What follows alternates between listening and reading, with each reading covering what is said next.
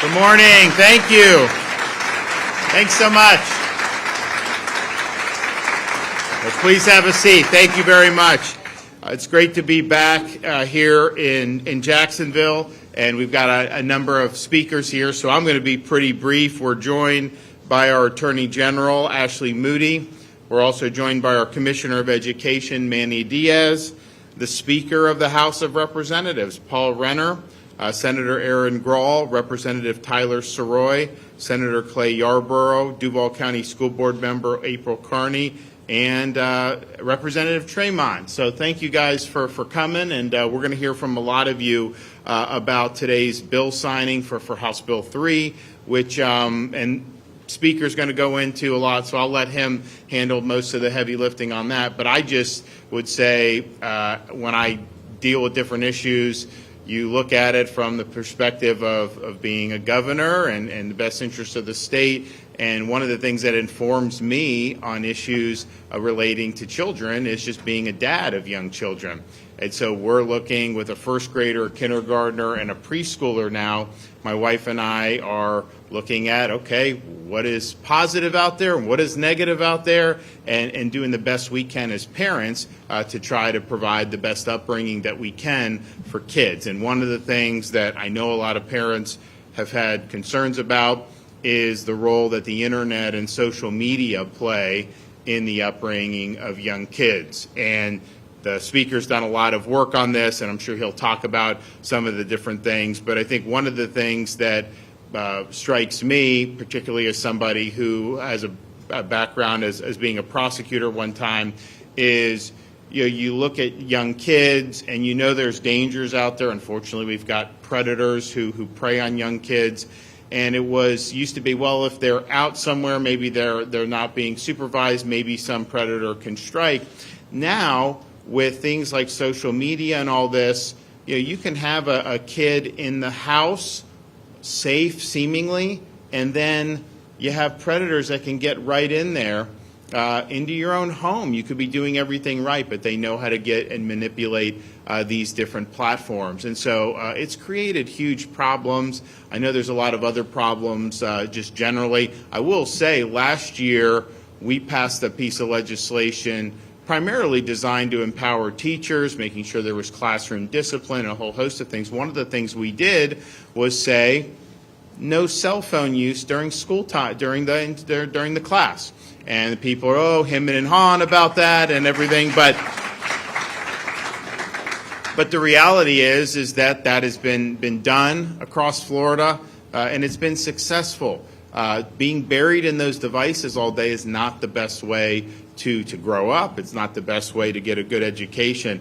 So we're proud of that, and I think what they've done today is going to build off that, and ultimately, trying to help parents navigate this very difficult terrain that we have now with raising kids. And so I appreciate the work that's been put in, and we're going to hear from a number of different people here today. But we have done an awful lot in the state of Florida over these last many years. I think that we're hitting on the right notes, and I think we're doing a good job. So first, let me bring up the man of the hour, the Speaker of the House, Paul Renner, to talk about it.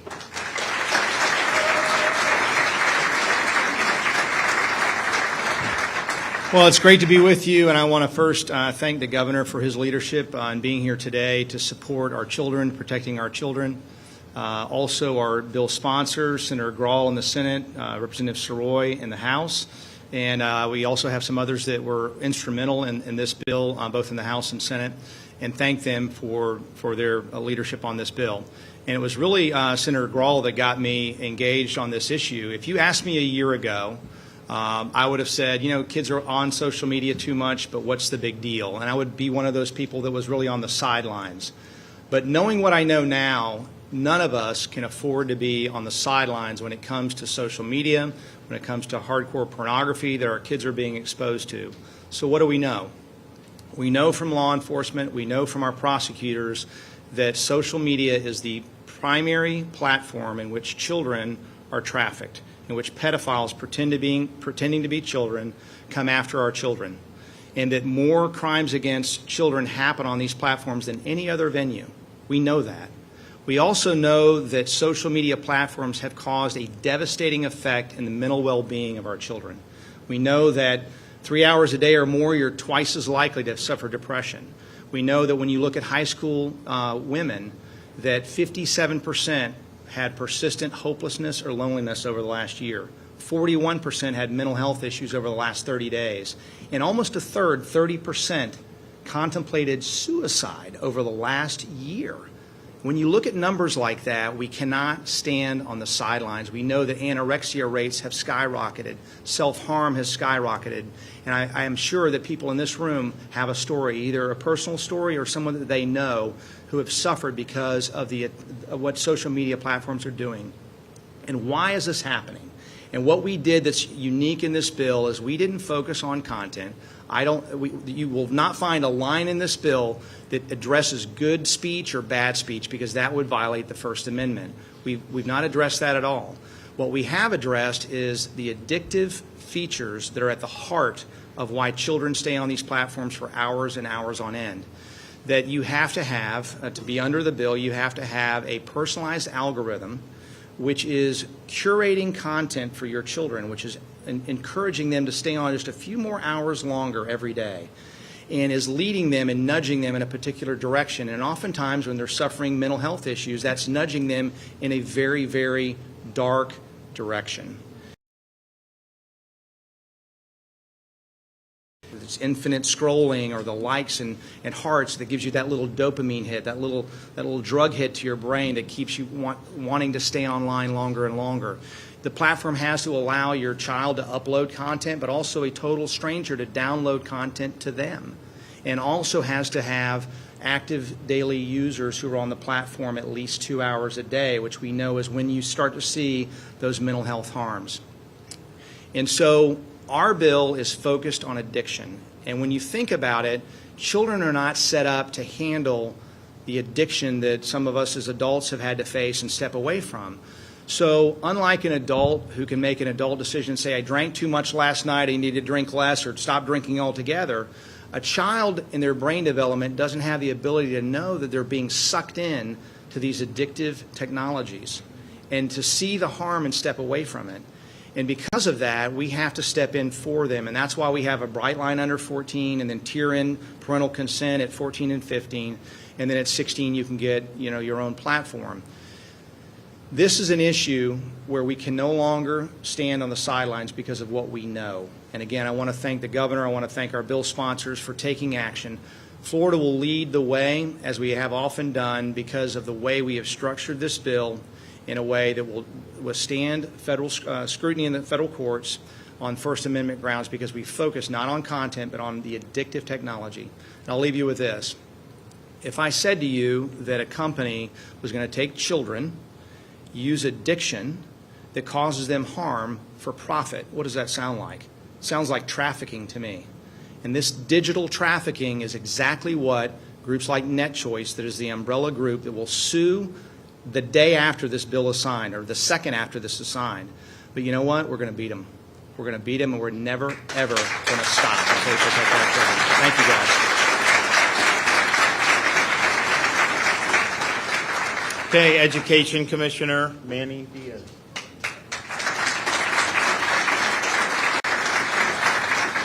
Thank you, Governor.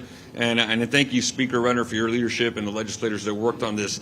We stand here today at a critical time with the pervasive influence of social media that has infiltrated every part of our lives, but especially our students' lives. And as Commissioner of Education and father of 4, this is something that's very concerning. We talked about, as the Governor and the Speaker has mentioned, the ills of mental health that come with this, the attention deficit that comes with this, and the access of inappropriate materials that can come with this. I'm thankful for Governor DeSantis' leadership, because I'll tell you some of the stuff that the Governor already mentioned that we're doing in the state. In Florida schools, we already require school boards to implement website filtering software that prevents students from accessing social media sites while using a district-owned computer or server. We provide teachers with the authority to establish classroom rules on cell phone use during instructional times and to have a designated place in the classroom to store cell phones. We prohibit the use of TikTok on district-owned devices. We ensure that school districts are preventing students from accessing websites or software that do not protect their personal information. We require instruction on the dangers of social media, which will go into effect in the 24-25 school year. And that includes how social media can negatively influence healthy behaviors such as personal thoughts and feelings, nutrition, as well as physical activity. How social media can contribute to cyberbullying and can affect mental well-being. How social media can encourage dangerous and risky behaviors in children. How students can recognize and handle suspicious behavior online while providing information, and how they that this legislation is here today and for the leadership of Governor DeSantis, Speaker Renner, and our legislature to be able to continue to address this and to be able to, in Florida, lead in providing for parental rights. Our parents should be guiding our kids, especially navigating these difficult waters of social media. Again, thank you, Governor.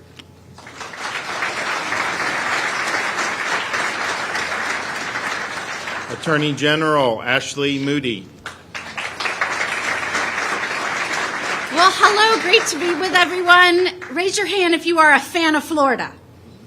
And raise your hand if you're a fan of Florida, because we get things done and take care of issues before they overwhelm our state. You want to know a main reason that is? This man right here, Governor DeSantis. And our great legislative leadership, Speaker Paul Renner, our Commissioner Diaz, all of our great legislative leaders. I am so proud to work with you. And let me just tell you why this is a big deal for Florida and why this is yet again another way Florida is leading this nation. 2 years ago in 2021, Florida launched an investigation. We led on this against social media platforms, trying to determine whether their business models, of which, by the way, they are $100 billion company, were profiting off of our children and harm to our children. And yes, indeed, during those investigations, we discovered they were setting up business models to make sure that children, parents, others alike were spending the maximum amount of time online by infinite scrolling, addictive features. I can go on and on and on. These are algorithms specifically designed to addict people. Then they mine the data. They advertise to those using it. They profit. And as a result, our children are harmed. You heard it. Anorexia, self-harm, anxiety, depression, suicide. We still haven't seen the long-term effects. Florida was one of the first states and led in that investigation. And in the fall, in October, Florida sued against social media platform Meta and Instagram for this behavior and how they are monetizing the harm to our children. Our legislative leaders, our governor said, not in Florida. And so they passed legislation to stop it. And this is going to be a piece of legislation, I truly believe, that is a model for the rest of the nation. You are hearing from folks up here that are in the roles of governor, Speaker of the House, legislators, Attorney General. My primary role in life, mom. And if we cannot protect our children in this digital frontier of the wild, wild west, there is no way with their maturity level and inexperience in life they will ever be able to protect themselves. This is the first generation from where I studied with dial-up internet, to now we have children online every day, all night. They can't stay off. And if you think they're safe in your homes, I can tell you that predators are getting to them. They are not only forcing them and blackmailing them to send explicit photos of themselves, but they are luring them away from their homes and their schools and their communities, and they are sexually abusing them. This is happening. And so Florida has to lead because it is coming from no place else to protect our children. So parents, be aware that this is happening. Florida, thank you for stepping in. I am so proud to be a part of this amazing team, and we will keep working at this. And you better believe I'm going to fight like hell to uphold this in court. Thank you so much.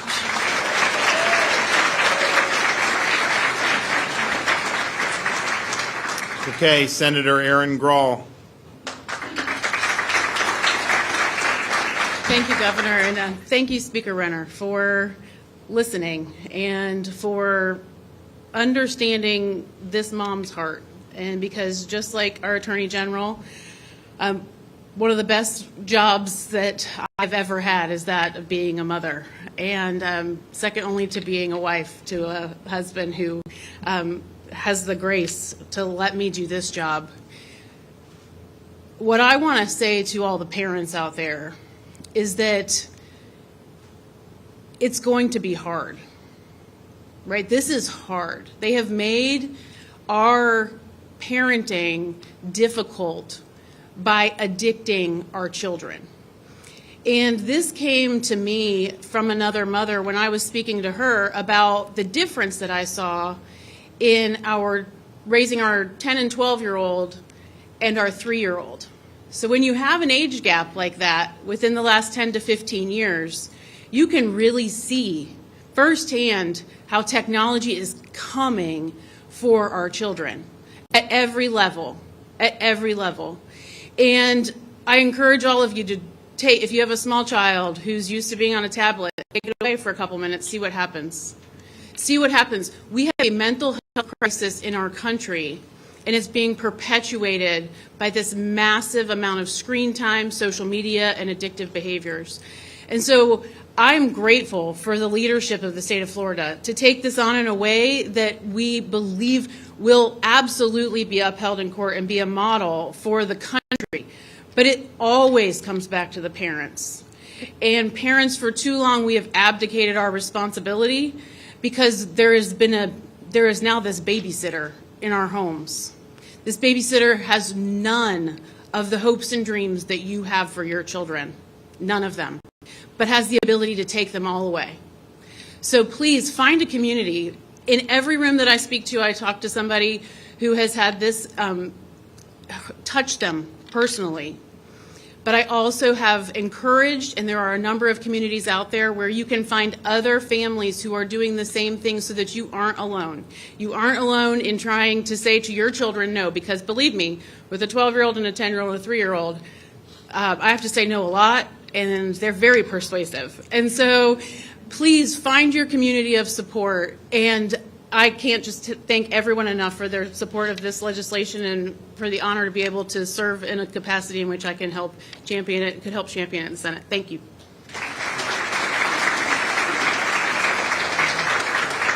Okay, Representative Tyler Soroy.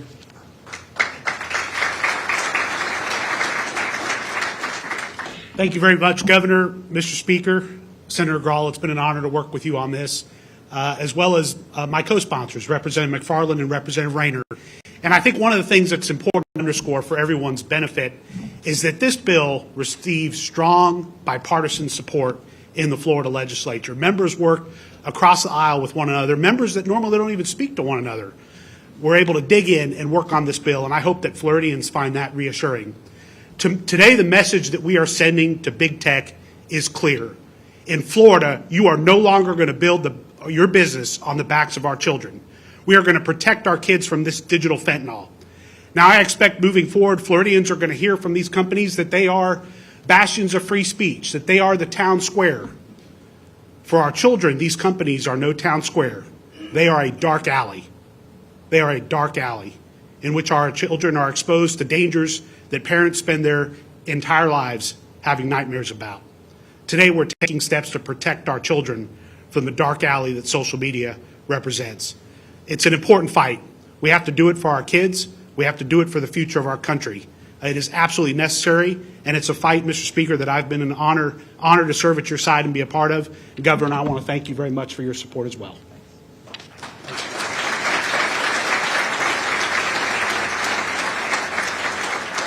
All right, April Carney, Duval County School Board.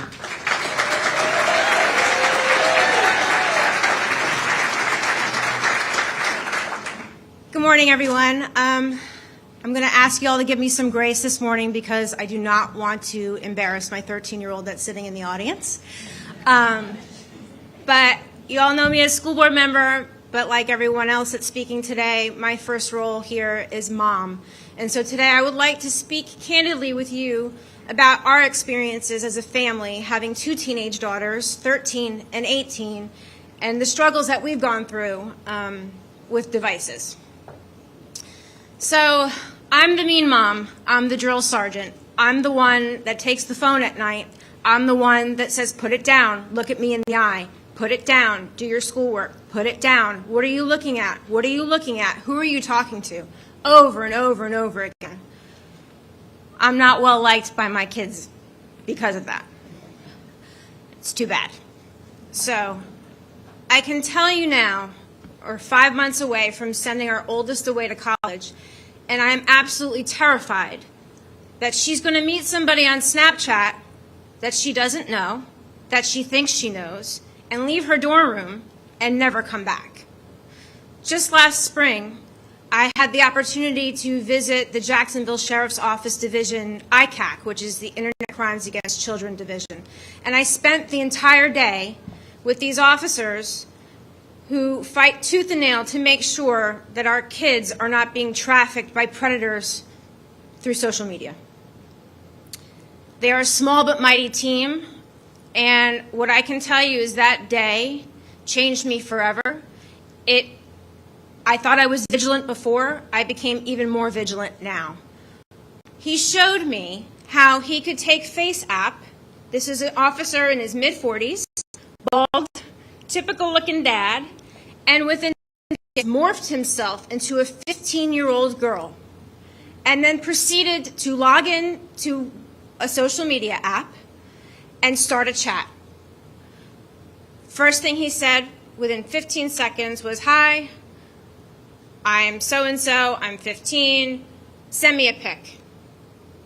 Child writes back, "You send me your pic."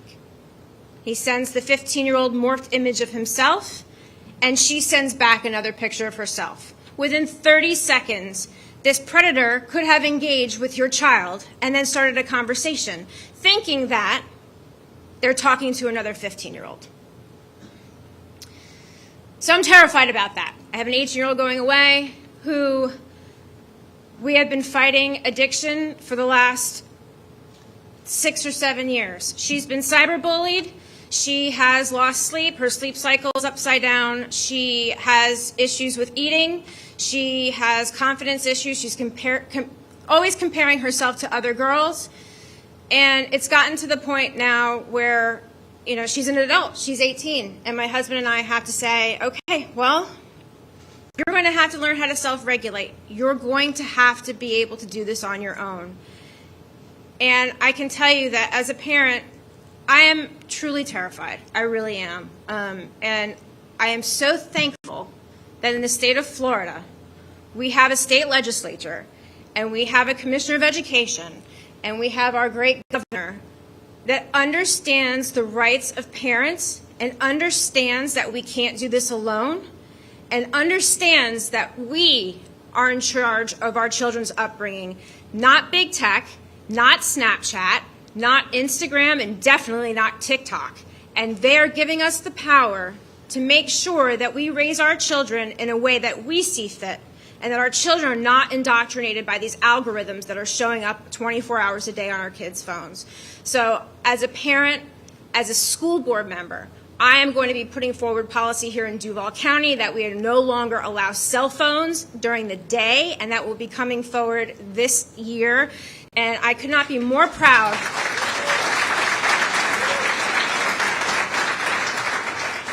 to serve under this great governor and this wonderful state legislature that fights for our kids every day. Thank you.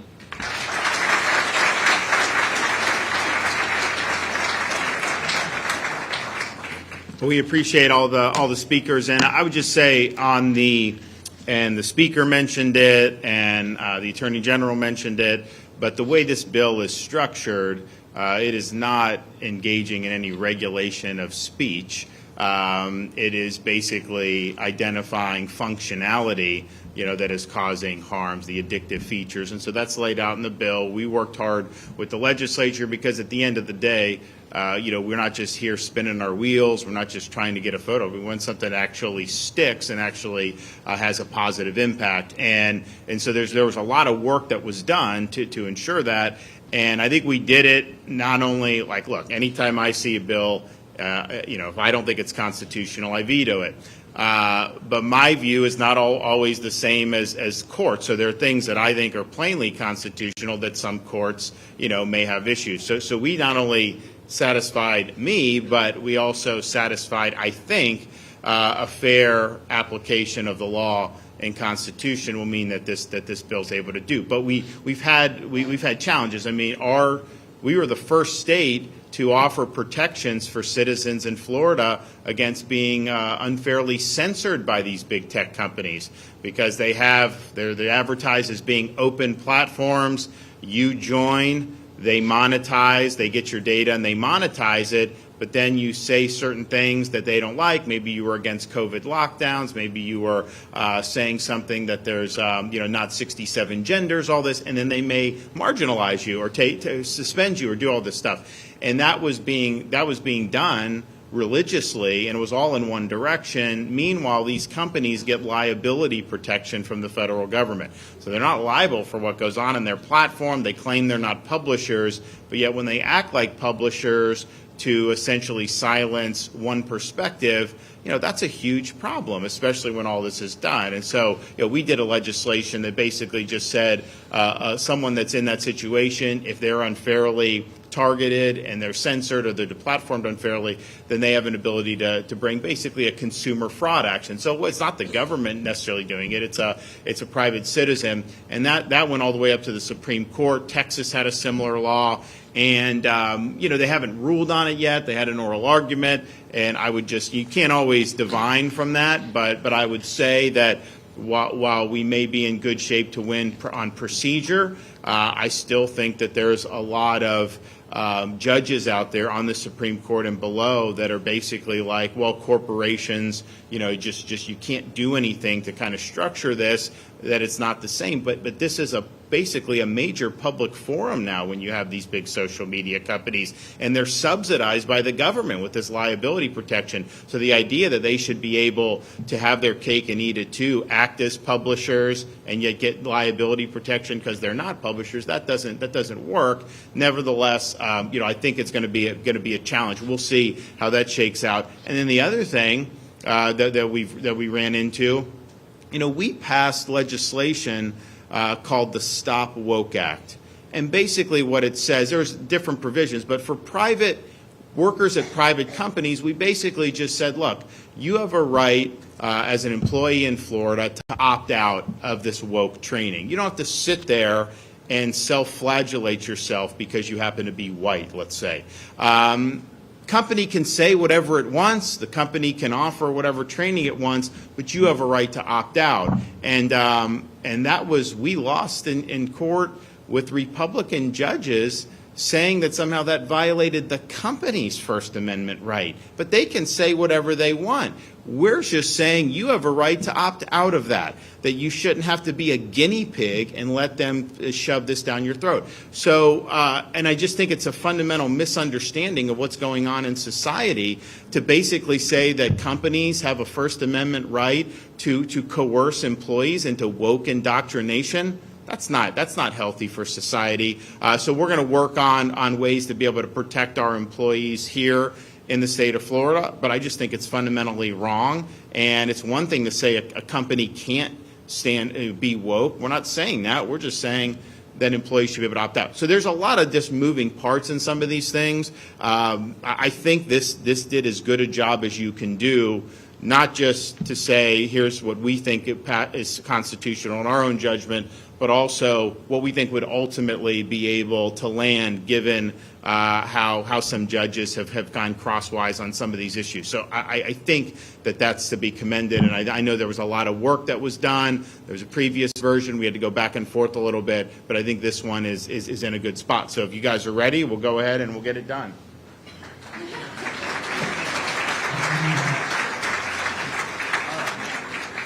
Oh, we've got the kids. Okay.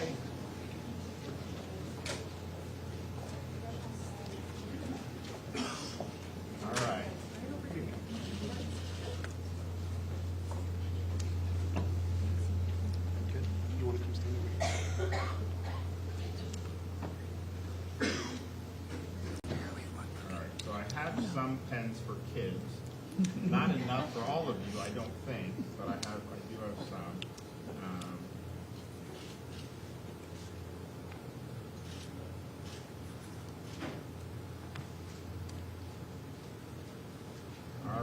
So, Speaker, you want?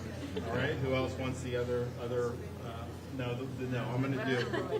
Okay. All right. Now, any young kids? Anyone want one? Momsies are not permanent. These are not permanent. Okay, they'll wash off. Okay, you want one? All right, I got one more. All right, it's done. There you go.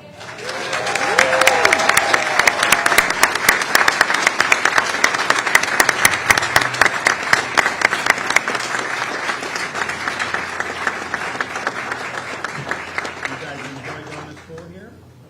Do you? Yeah. What grade are you in? You're all fourth? We don't go here. You don't go here? First grade. Okay. Wow. Well, good job. Well, I'm glad you guys came. Now, where did you guys go to school around here? Oh, you're in Brevard County. Okay, good. Well, thanks for coming up. We appreciate it. All right. Good work, guys. Thank you.